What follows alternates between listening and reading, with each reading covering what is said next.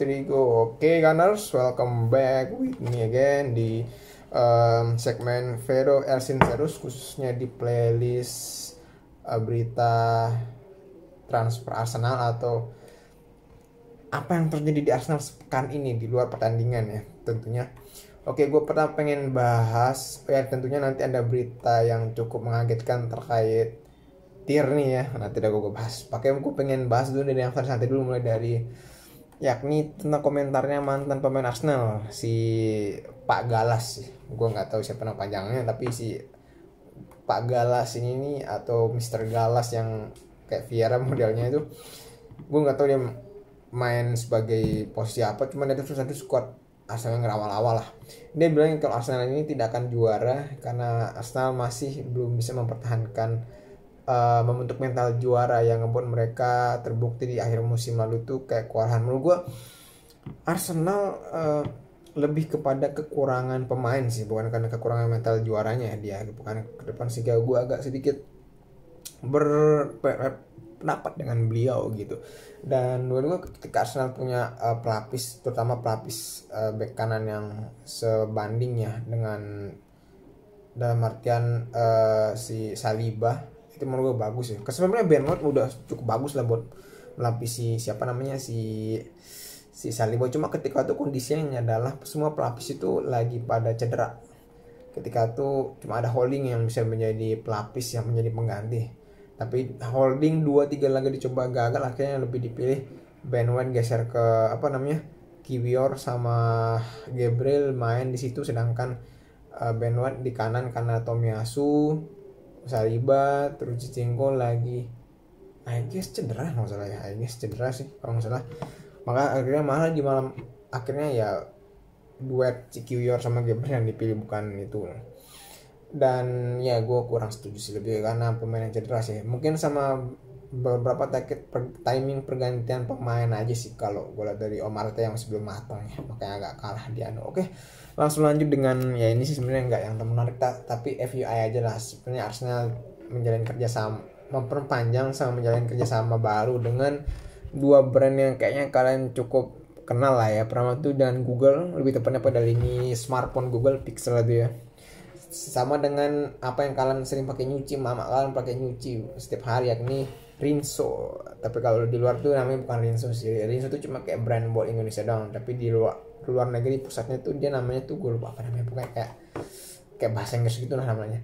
Yang terakhir sebenarnya ya biasanya di video sebelumnya gue jadiin yang berita yang paling menarik. Cuman ini gue jadiin berita biasa aja karena ya berkaitan kayak transfer pemain yang didatangkan tuh cuma satu doang ya, yakni terkait loan-nya Raya ke Arsenal. Ternyata Arsenal akhirnya mendatangkan Raya dengan cuma 3 juta pound, yang sebelumnya kita pikir itu 30 juta karena Arsenal dibantu Brentford. Wah keren sekali si Brentford nih, murah hati, nggak kayak klub sebelah gitu.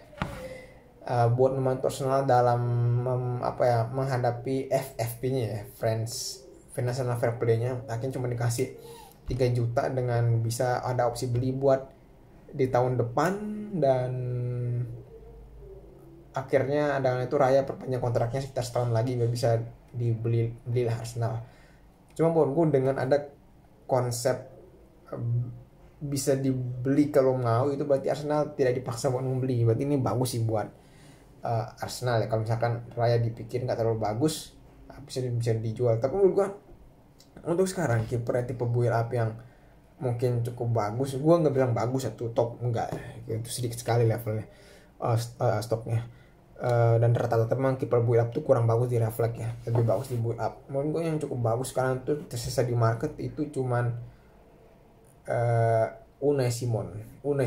Yang lain tuh lebih mungkin ke tipe-tipe stopper lah yang bagus, stopper macam-macam gitu lah. Sedangkan yang buat build up itu cuma Unai Simon mungkin sama David Raya, dan ya syukurlah Arsenal dapat, walaupun gue berharapnya Robert Sanchez ya, tapi akhirnya dapatnya yang Unai Simon gitu. Sorry si David Raya. Dan terakhir sebelum kabar segmen yang baru penting dari video ini, yakni gue pengen beritahu kalau silahkan sekarang subscribe jika kalian merasa opini gue seputar berita Arsenal, apa yang terjadi di Arsenal sepekan ini tuh ya apa yang disepakati ini bermanfaat ya. Kok agak ngigo gitu ya. Oke, kita langsung ke segmen yang menurut gue menarik, yakni segmen terhot ya, segmen paling hot, yakni ternyata Balogun sempat diincar Monaco guys. Ternyata Balogun sempat diincar Monaco dan akhirnya Arsenal menolak karena Balogun cuma diincar 30 juta bangke. Ya kali Anda meminta klub seperti Monaco mengasih tawaran 50 juta, Anda gila gitu. Karena Monaco itu mirip Leipzig lah, klub online gue satuannya gitu, yang beli murah nanti dijual mahal ya gitulah. Masa Anda ini kurang Omarnya terlalu pelit. Tapi kalau misalkan kejual 50 juta gue seneng sih. Tapi menurut gue yang pasti Balogun pasti bakal kejual lah, mungkin nggak 50 juta pound, atau sekitar 58 juta euro lah. Terlalu mahal menurut gue, sekitar ya katakanlah 45 juta ke bawah lah, bisa lah kejual. Menurut gue kemudian ternyata ini baru kaget ini, Tierney mau di loan ke Sociedad. Wah ini gue kaget sih.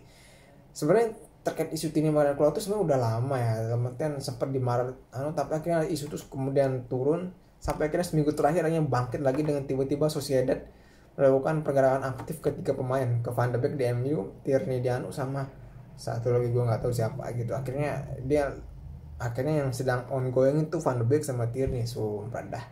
Dan diskusi terakhir, isu berita terakhir atau rumor lah, berita tapi bukan dikonfirmasi resmi dari Arsenal, tapi dari seorang jurnalis, kalau Tierney sedang diusahakan agar bagaimana tuh bisa dipinjam si Sociedad dengan opsi beli, sedangkan Arsenal itu permanen. Rumor terakhir tuh kayaknya dihargai sekitar 30 juta pound, terus sekitar 34 juta euro lah. Gue sekian menarik lah. Kemudian akhirnya Marquinhos, yang bukan Marquinhos spesifik tapi Marquinhosnya si Arsenal yang sayap kanan itu, akhirnya diresmi ke Nantes dengan memakai nomor punggung 10. Berarti ini cukup dikasih kepercayaan ya sama si Nantes. Menurut gue sampai sekarang Prancis satu liga terbaik buat sekolah pemain Arsenal dibanding Jerman, Spanyol, dan Italia. Menurut gue bagus lah kalau misalkan main di Prancis. Oke, kemudian Martino ke Swansea ya.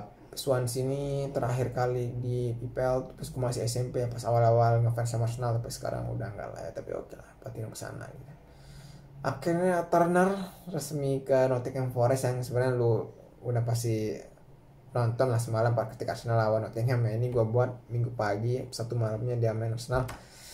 Turner resmi ke Nottingham Forest yang 7 juta. Dia kan dibeli sekitar 6 juta ya, atau sekitar 5 juta. Berarti Arsenal cuma ngejual sekitar ya 3 kali lebih ya, sekitar 30% lebih mahal lah dari harga aslinya.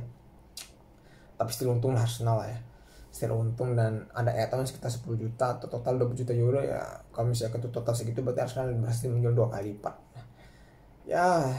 Ikut lah buat Matt Turner. Tapi sayang buat gue, Turner ini korban politik Amerika, Kroenke, dan Arsenal. Akhirnya ini yang buat gue senang. Tapi sebelum yang buat gue senang, Jorginho akhirnya memilih stay ya. Buat gue bagus sekali Jorginho sebagai mentor pemain muda. Dan karena dia lebih isu Jorginho stay munculnya sebenarnya gara-gara Rice yang kok sebenarnya dia kan diplot sebagai nomor 8 menggantikan Saka, tapi kok malah lebih ke nomor 6. Jadi kemungkinan nomor 6 itu cuma ada Partey sama Rice. Kemudian Jorginho apakah ada isu bakal keluar, nah gara-gara itu kan sebenarnya. Dan menurut bagus lah. Menurut gue selama Rice belum berusaha lagi tan-in dengan posisi nomor 8-nya ya, Jorginho masih bisa sebagai pelapis yang oke lah. Mungkin agak lambat, gue agak lambat macam Busquets, tapi visinya itu loh aku suka anjir.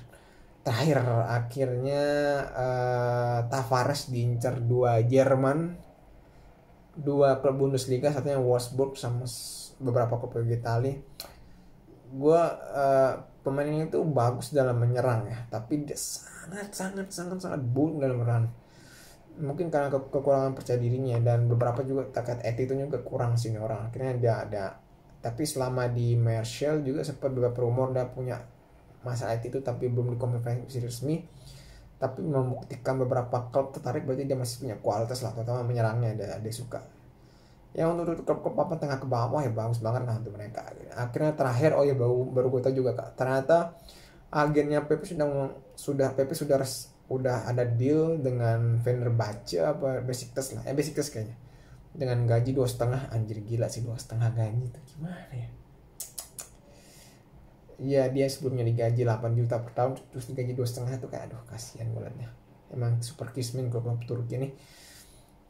Akhirnya agennya PP mengusahakan bagaimana agar bisa terminate kontrak dengan soalnya PP ini kan pembelian Emery yang gagal ya. Dan dan dia diproyeksikan sebenarnya sebagai kayak apa ya, bisa dibilang kayak anggaplah Ronaldo Arsenal dari Lille, tapi ternyata dengan pembelian yang kurang matang karena Edu juga baru datang ketika itu ya, mungkin ini satu menjadi kegagalan terbesarnya Arsenal di era Edu Arteta yang pertama lah. Ketika itu masih belum Arteta tapi Edu udah masuk, tapi kayaknya Edu belajar dari PP bahwa lebih baik memilih pemain tuh yang lebih smart lah, jangan asal kasih harga kayak PP. Walaupun sebenarnya Arsenal nggak nyesel aman karena dia akan dicicilin 5 tahun ya. Tapi buat gue bagaimana apa ya, sejak 100% saham Arsenal diambil Kroenke, dan sejak itu kan Kroenke berani invest besar-besaran, tapi ketika pertama kali invest besar malah belinya yang flop kayak gini. Itu pelajaran buat Edu sih di tahun pertamanya ya. Kemudian dia lebih bagus dengan Arteta di tahun-tahun sebelumnya sampai sekarang. Oke, see you in the next video ya. Jangan lupa tunggu video preview gua lawan Crystal Palace kali ya sih. Oke guys.